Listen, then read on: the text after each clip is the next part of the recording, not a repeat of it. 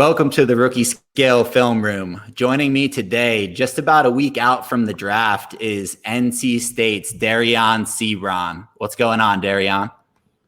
What's going on, man? Thanks for having me up here. Nice opportunity to just go through film and just go through the breakdown, see how I think through all my plays this season. Yeah, absolutely, man. I think this is a great time to sync up with you on this. A few weeks out from the combine, once you've started hitting the road and working out with teams. But, you're one of these guys that really, I think, took full advantage of your week in Chicago and played well in the scrimmages. I know a lot of other guys that, maybe are fringe first round guys, whatever, opted not to participate. And some of them are getting dinged. Their stock is getting dinged a little bit for not doing so. Whereas you went out there and just, went after it, played really well, proved yourself even more and helped your stock. So before we really dive into the tape, and we will get into some of the combine tape here, you want to maybe just give me a little insight as to, how your pre-draft process has been going, what feedback you've been getting from teams, and just like how you were able to maximize your combine opportunity?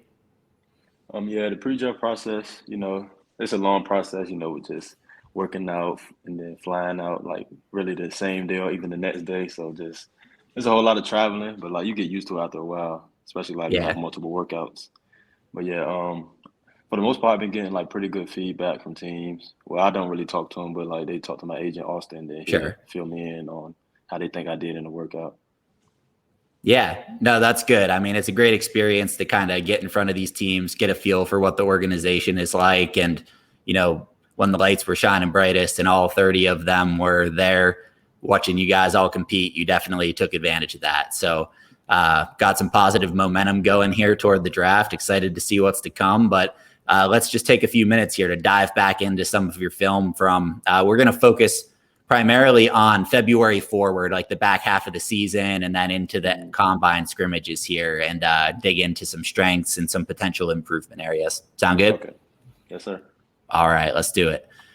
So I think, one of your most prominent skills that is going to translate to the next level is your ability to really get downhill on drives. And I mean, the guy who gets the most praise for this is Jaden Ivey, right? But I mean, other than him, you're probably the guy that I've taken the most note of on film of really being able to turn on the turbo jets and get the whole way to the rim. And we're seeing a few of these instances here at the NBA Combine. And we'll start back at the beginning, but I think it's pretty apparent even just from those four that your explosiveness off the bounce is pretty crazy. So you want to maybe just give me a little bit of perspective as to, when you're going to the rim like this, how are you able to, create such good advantages on guys and, get that first step? And even when you're turning the corner here and it seems like a guy is kind of right on your hip, how are you able to get that extra burst to,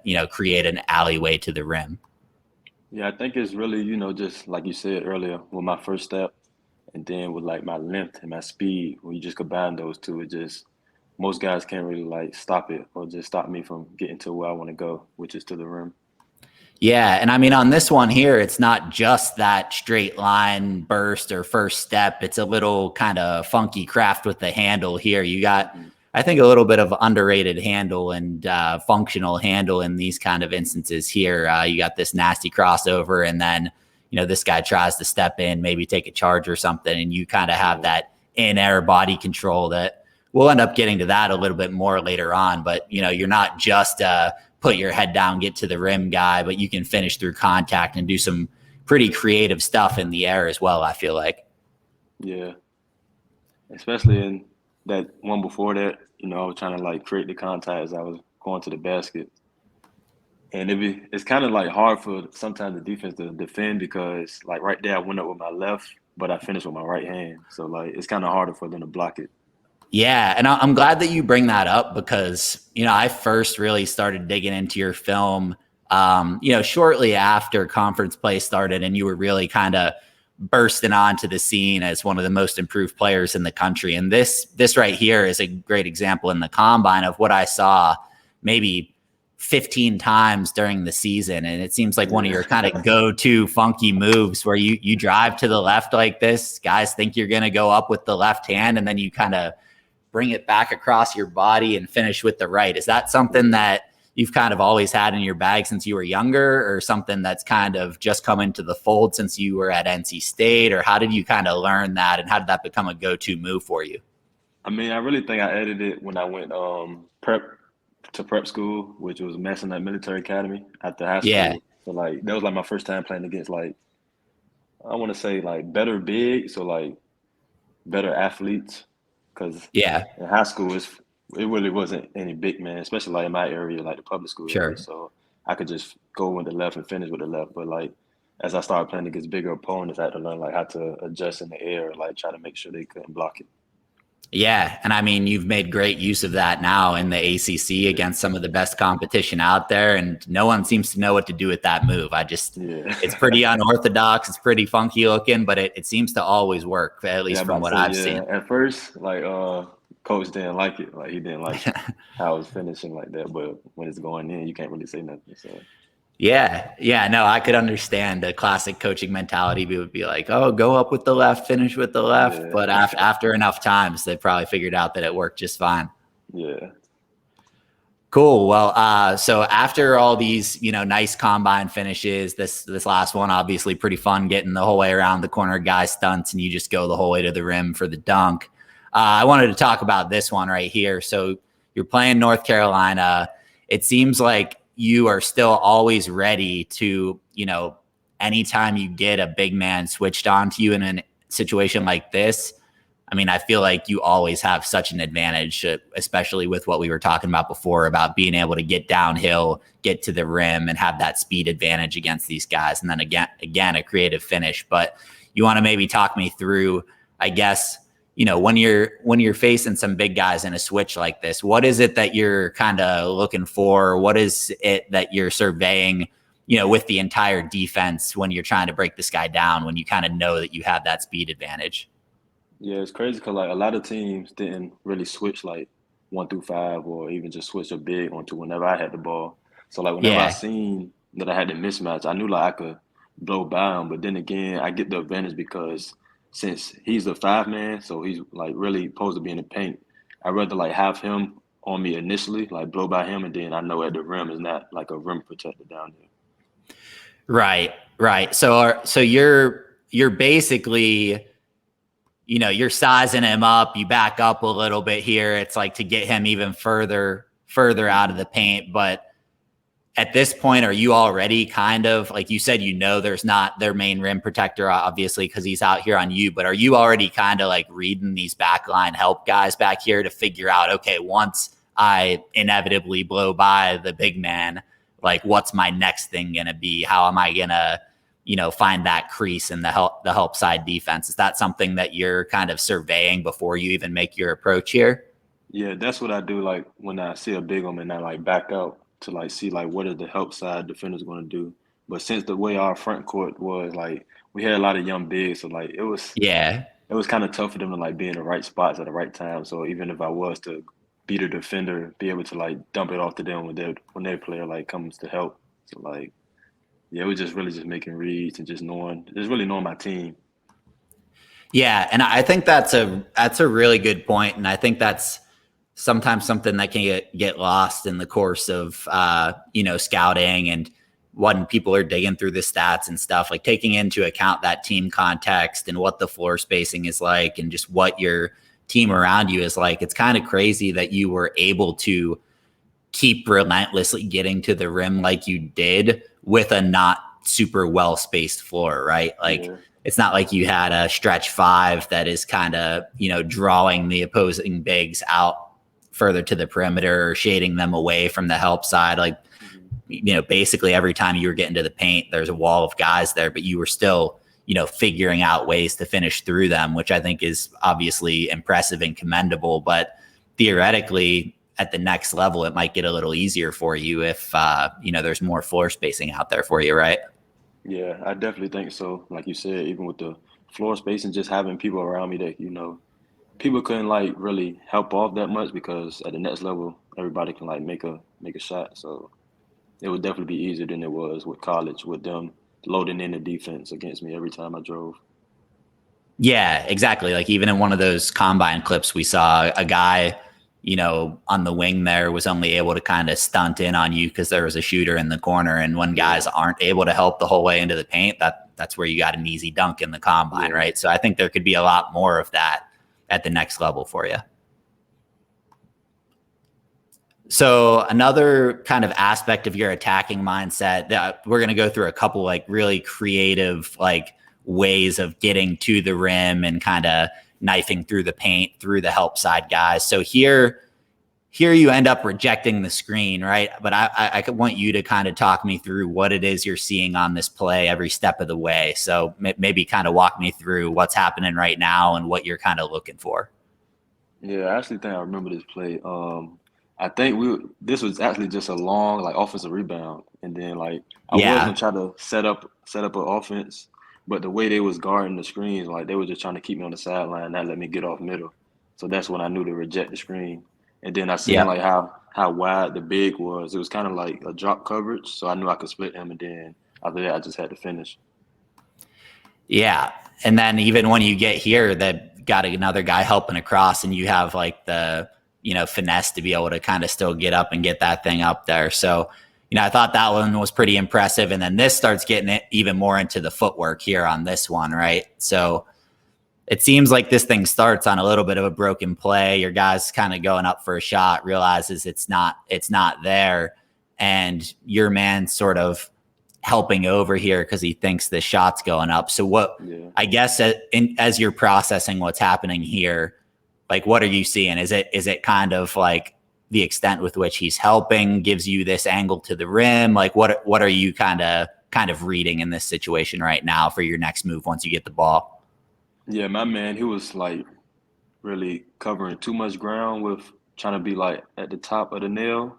But yeah, Yeah. like you said earlier, because he thought like my teammate was about to, like shoot that shot. So he felt like he could like come over all the way and probably like try to block out or anything like that to run back in transition.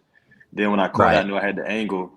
So if that low man right there would have came over, I just would have kicked it to the corner. But like he did like a little fake jab. And then I knew the Yeah. big, I could just euro around him. Yeah, and I thought that Euro was super impressive, right? I mean, you stop on a dime right there, and you cover a ton of ground with that first step right there, and then there's even another help side guy, and you're able to quickly finish up through him. It's just a really interesting combination of quick decision making, right, footwork, and then dexterity at the rim that I think is pretty rare within this draft class. And we'll see one more here that's I guess a little bit similar to that last one, but ends up being played a little bit differently. So what are you seeing in this situation right here as you're getting ready to attack? And this one, they was in like it was like a weird zone where like Yeah. sometimes they'll start their first person like almost at half court, and then sometimes Mhm. they'll play back. But I knew like they have their wings high up, so like if I was to like fake a pass, they'll jump for anything. And then I knew I could like have the angle to get to the rim. Yeah, I mean that's a great little fake there. And then once again, I mean, if you just look at this right here, if we pause it, this doesn't seem like you're going to be able to find a Yeah, super easy crease to the rim. It seems like they're all closing in on you, but once again, you kind of just slivered through. And then I thought this one was kind of interesting because when I first saw you going for it, I was like, oh, he's going to try to step the whole way through and finish on the right over here. And then you end up coming back to the left. And I feel like watching your film, there's just so many instances of plays like that where I think you're going to do one thing, you end up doing another. I can't imagine how yeah, hard it must be as like a big man in the paint trying to figure that out. yeah, I just always keep them guessing.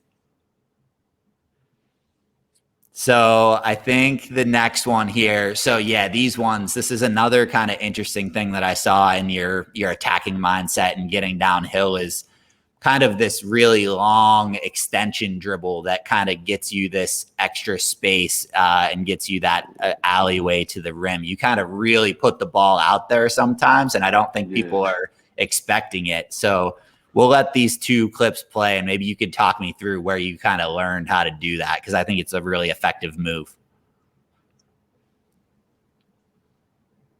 Yeah, it is really effective, especially like when the gap is not like when there's not that much room. Yeah. It's kind of like a throw it out and then go and get it type. Yeah, exactly. Yeah, I Like feel this like it's one, really. this You go one, it ahead.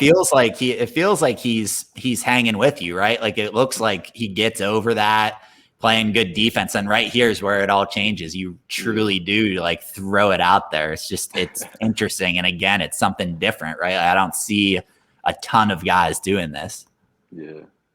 So how did you pick that up? Like where did that one come from? Kind of like how you said, like how in the last one it felt like it was like sticking with me. I think one day I did it in practice last year. It was like I forgot it was Garmin, but they were playing real good defense. And then like I got to like the middle, I was driving to my left, and I think I threw it out at like the elbow. And like it's kind of like once I threw it out, like he like stopped guarding me, like the play was over. Yeah. But then after I threw it out when they got it, then I had dunked it. So I was like, oh, this move could probably work when I feel like I have nowhere else to go. Yeah. And is it another one of those things that, like, kind of like we were talking about earlier when you were, have the big man on an island, right? And you're reading the help. Is it another one of those that when you're about to do it, is it only really viable when you see that the paint's pretty open like this? Like, I feel Yeah. like otherwise it'd be pretty dangerous. So do you just have a good feel for, Yeah, I feel about like yeah, that's going to be, they gotta have like a good amount of space where you can throw it out yeah. into a certain area of the court and then get it back. Yeah. And I think that all of these clips, right, a consistent kind of thing through all these different ways you're attacking is that you have a really good sense of like the layout and mapping of where everyone is on the court offensively. And you're able to kind of find those creases and take advantage of it. And that here's one that's in transition right here, right? Or I guess maybe a secondary break, semi-transition kind of Yeah. thing. But you catch this on the wing and it seems like you immediately recognize this alleyway to the rim right here. And not everybody is great at recognizing that quickly enough to take advantage of it, right? Like, is this Laravia on you right here? Yeah, I think so. But I think there wasn't like he wasn't sprinting back on Dio. He wasn't already back Yeah, there. So yeah, but like a lot of guys would just catch this, and if you even hesitate for a half second, he's back in position. But you're just yeah, ready, full go immediately, get the whole way to the cup and one. And then here's another one that I like this one because you're just pushing the pace and like I think I was at your pro day, I saw you up close, like you're a kind of lean cut dude, right? But this one shows just how strong you can be when you get that full head of steam going. And I think you just send him fly. You send him. I don't know if that's is that Alondes? You send yeah, him that, and he's a pretty strong dude, right? But like yeah. you He's end you strong. end up you end up sending him absolutely flying into the baseline with this bump right there. And I think that you're able to kind of, I don't know. I just when you get out and go like this, it's really tough to stop you. And That's this crazy. one, That's him again right there on my team. there he is. Yeah, this time on the same Yeah, squad. That's crazy, yeah, bringing it full circle. But yeah, the last thing I wanted to hit on with you getting downhill is the way that you're able to also create advantages and create looks for your teammates based on the pressure that you put on the opposing defenses, right? So this first one here that we were just talking about is in transition. You can kind of rebound and go, grab and go transition, which I think is great because you're such a great rebounder that we'll get into later.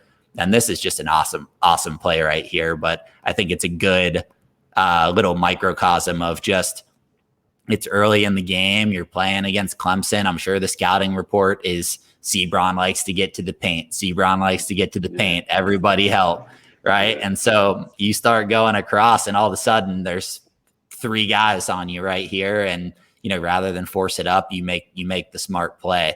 I think something that I feel like was floating around at the combine was, what position are you? Like what position can you play? Like it's an interesting question because when you look at your stats on the surface of them, like all the rebounds and, you were listed 6'7" in college. I feel like, you measured in like 6'5" at the combine, something like that. Right. But you also averaged like 2.5 to 3 assists per game. Like you do a little bit of everything. You got a pretty unconventional style of play. Like, do you think that in a pinch you could play some one, you could play, is it kind of 1 through 3, maybe even small ball 4 because of the rebounding? Like if if the team's going super small ball? Like what do you think you can bring to the table as far as positional versatility, I guess? Yeah, I think to just piggyback off what you said, as far as with the one through three, and then like if a team is playing small ball, then I feel like I could probably slide to the four. But yeah, just with my versatility, being able to do multiple things, I feel like it's like kind of a good situation to know that I could play Yeah. multiple spots, so that could probably like get me on the court quicker. Yeah, I agree. I mean, you don't want to be totally pigeonholed into being one position. I mean, it's harder for guys who are these smaller point guards because there's just Yeah, less avenues to play, or these or big men that can't guard on the perimeter or something.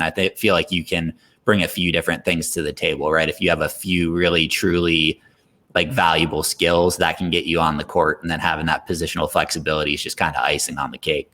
yeah. So the last clip, as far as this getting downhill thing, I think this is something that you could maybe even start to figure out even more. Is not just the get to the cup, the get downhill aggressive stuff we were talking about, but this one was interesting because you're really like manipulating the defense, like getting them on your hip. Like this is the stuff you see like Luka Doncic, Chris Paul, people kind of doing out of the pick and roll. I think adding this kind of change of pace, slow it down, caginess to your game could really kind of, bring things to the next level if you're able to implement even more of this into your offensive repertoire. Yeah.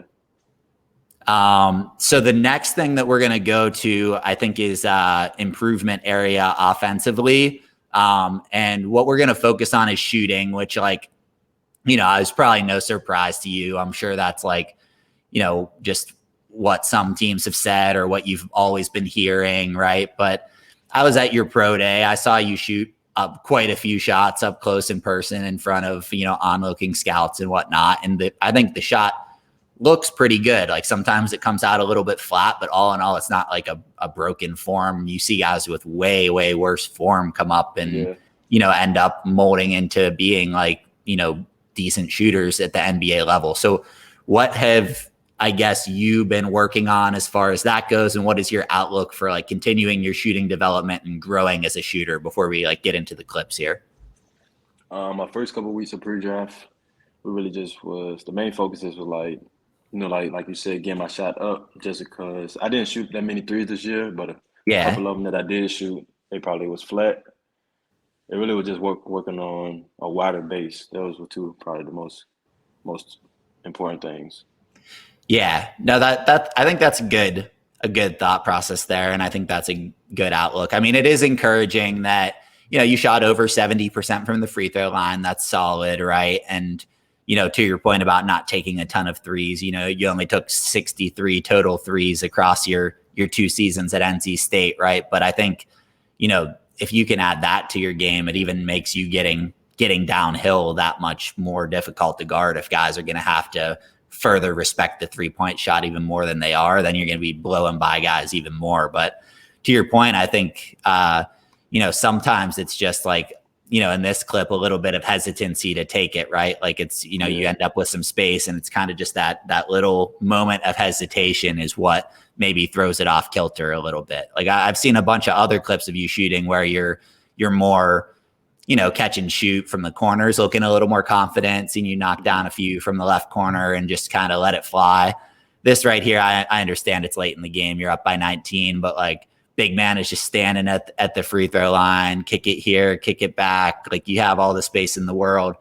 I think if you just become a little bit more, willing and confident of a shooter from above the break, I think that could go a long way. Like even this one here, you make this one, but he's giving you space all day, and then you finally kind of decide, all right, I'm going to take it. But I think you are, you have the tools to be a good enough shooter to make shots like this and not have to hesitate and just be confident in it. And I think that's just an obvious area for if you are able to keep growing and developing like you are, and like we saw at the pro day and everything, and become, a viable NBA 3-point shooter, that makes the sky the limit, Yes, sir.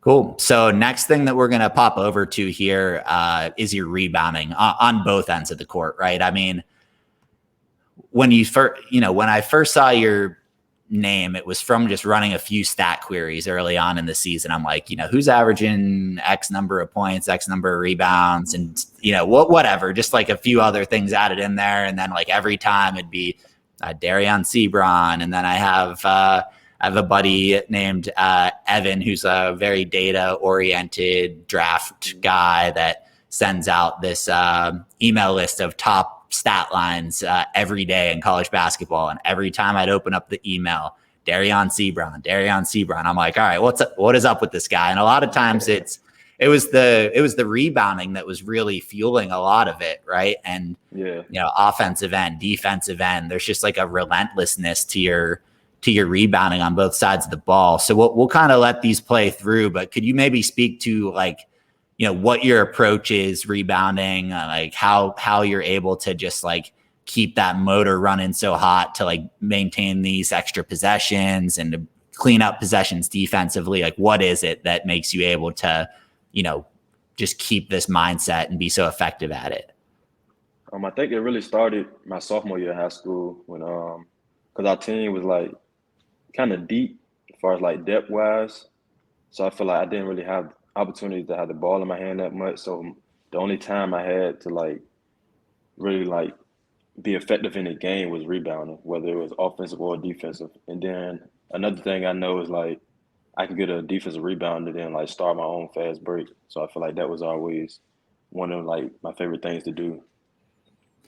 Oh yeah, the grab and go stuff is crazy, and I think we'll see one of those. I think in a couple clips here, but it's a lot of dirty work like this, drawing fouls, boxing out, all that. But this one's where we're going to see the grab and go, right? You get this sweet block, get the rebound, and then just go coast to coast. And I think that is a signature skill of yours as well. Like not a lot of guys can high point the ball on the glass through a bunch of bigs and then have the speed, have the handle to like really get out there and make plays in transition like this. And I think, if you can, whether you're on a team that's fast paced and fast oriented to begin with in the NBA, or you're just like initially a jolt off the bench that can really change games like this, I think teams will really value that. And you could really kind of sway the momentum of a game with plays like this and kind of keeping that relentless mindset. Yeah, I agree. So the next thing that I wanted to touch on here, so we're going to talk about the defensive side of the ball, and this is the improvement areas on the defensive side that I kind of identified in going through the film. One of them was more so like off ball, every once in a while, just whether it be ball watching or like a momentary kind of defensive lapse off ball, and then also just maybe providing a little more resistance as an on-ball defender. So we're going to run through some clips here and kind of talk through them and see, what you think you could maybe do to improve in these areas, and maybe what happened on some of these plays and what your sort of outlook is to keep growing defensively as you make your way to the NBA level. So this first play here is from the combine. We got a little bit of an action going on out here on this side. Here you are kind of, high nail, top of the key. So I guess what is it that you're seeing here? You end up kind of reaching in, digging in, get a little bit lost, and then your guy gets this layup. What do you think maybe you could have done better on this one? This one, I think if I was a little bit lower towards the free throw line, I probably could have seen both the ball and my man. But since I was so high, I felt like I could get probably like a little stab on the ball and then still have time to recover. But he cut, so it was like kind of hard to get back to. Yeah. And it's one of those things that, it was like a little bit late. And then, once you end up turning your back completely, then it's kind of lost. Right. And so that to their credit, they make a good play and execute on it. Right. It doesn't always happen, but I think the consistent theme through some of these is, this guy seems like he's stuck. Your guy's in the corner there.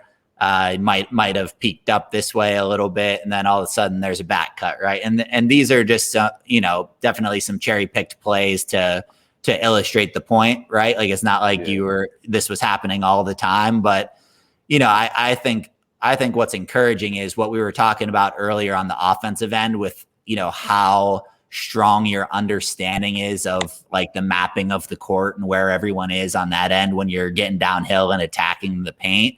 I think that can translate to this side of the ball so that these kind of mistakes, don't happen as much. Cause like you have proven that you have a high IQ, you're able to make quick decisions and read situations quickly on the offensive end, and kind of just like relaying that same sort of processing and decision-making to the defensive end, I think could go a long way.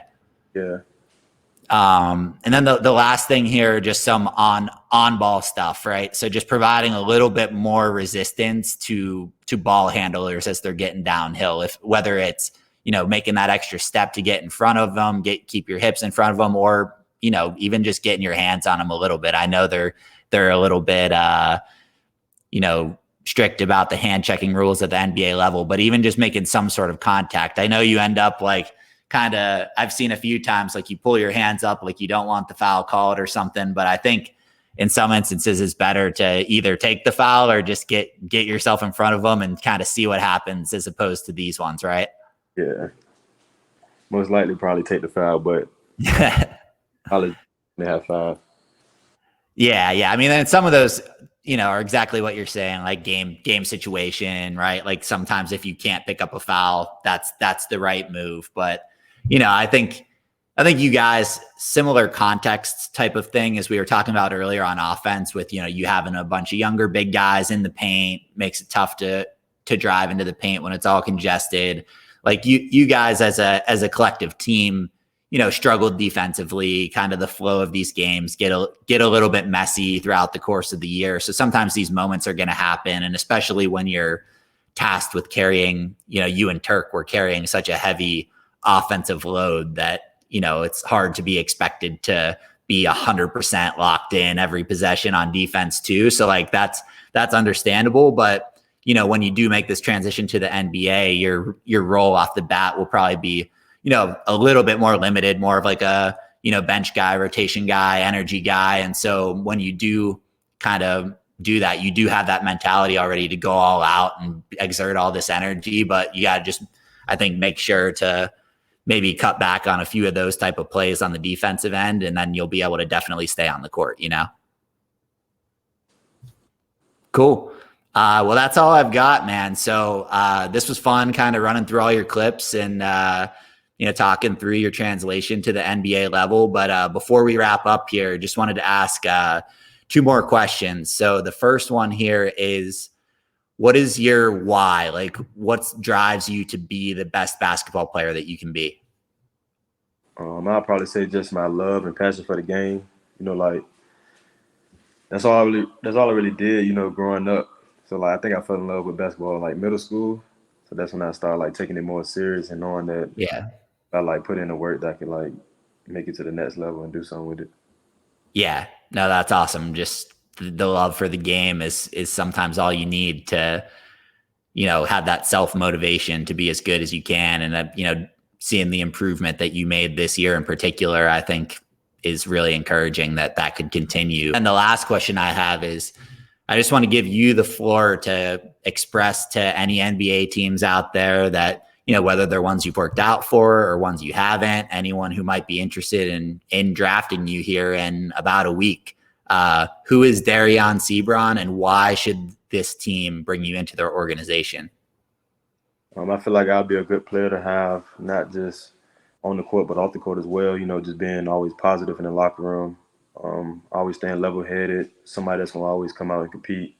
And I really just want to do what's best for my team to win, whatever that situation will be or whatever that role may be. Yeah, I mean, that's the best mentality you can have, man. So congratulations again. Really excited for you.